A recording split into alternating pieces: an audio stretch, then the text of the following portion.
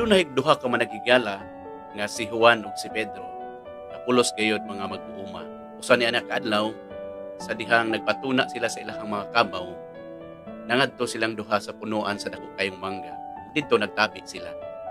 Si Juan miingon siya ngadto kang Pedro. Pedro, kining Ginoo murag bugo-bugo magid siguro. Miingon si Pedro. Hoy, ayo anaon gabaan ta anak. Tinamalandong lang gugko Pedro nga kita puros mga mag-uuma. Kapoy kayo itong trabaho, gamay ra kayo atong income.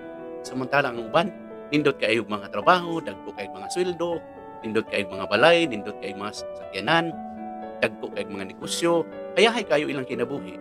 Dili kayo sila paninton. Samantalang kita, kapoy kayo itong trabaho, kunya, pobre bagyod kaayo ta. Ang tanawa ang Ginoo anak pakas pa. Tanawa ang kalabasa. Pagkadako sa iyang bunga apan pagkagamay sa iyahang punuan.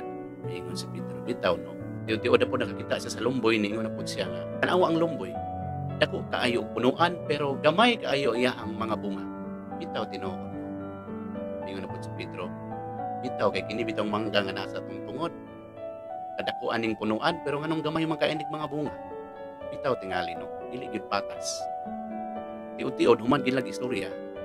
Nahulugan sila og duha ka buok mangga. Sila gyud duha tugton sa ilang mga ulo ug nagtinan-away silang duha ug miingon si Juan. Bright gid ang Ginoo, Pedro. Tungod kay ug ang bunga sa mangga mura pa kadagkog kalabasa. Matay na tarong duha. Usahay sa atong kinabuhi.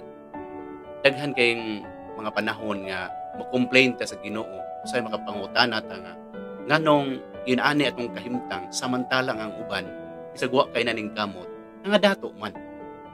Usay makaingon ta nga nganong dili man patas ang gihimo sa Ginoo.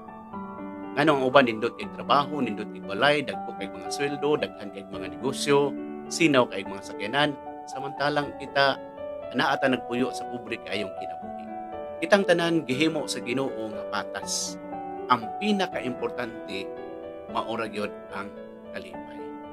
Ang pinaka-importante nining kinabuhi ang mga igsoon dili ang profesyon nga ato ang nakabot, dili ang gidagkuon sa negosyo nga atong natukod, ug dili ang gidaghanon sa kwarta nga atong naangkon, kundi ang tinuod nga kalipay ug kalinaw sa atong kinabuhi naangkon ba nimo karon. Mag-unsa man ang kwarta, mag-unsa man kining tanang butang nga atong nakabot ug naangkon, kung dili ka malipayon, useless, di ba?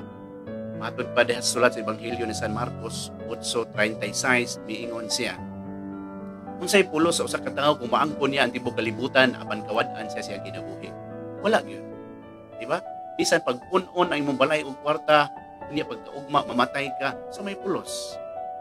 Ang Ginoo wa man magdili ani mga butanga.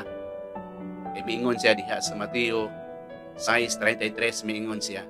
Apan una pagpangita ang kingharian sa Dios ug iyang pagkamatarong kay ang ubang mga butang igadugang ra. Ang importante mga igsuon, bisag dili na ato maangkon ang mga butang nining kinabuhia, ang importante nahimo tang malipayon. Kay dili garantiya ang kwarta nga makahatag og katabawan ug kalinaw ug kalipay sa imong kinabuhi. Kay kung ang kwarta makahatag pag tinuod nga kalipay sa kinabuhi, tingali ang mga dato wala sila nagmagul-anon. Wala sila problema, wala sila kasakit, wala pod sila sakit. Usa, kita tanan mapobre man og madato, ang importante nahimo kang malipayon bisan sa gagmay nimong mga achievements. Sa gagmay nimong naangkon, ang importante atong gipasalamatan ng Ginoo diha sa atong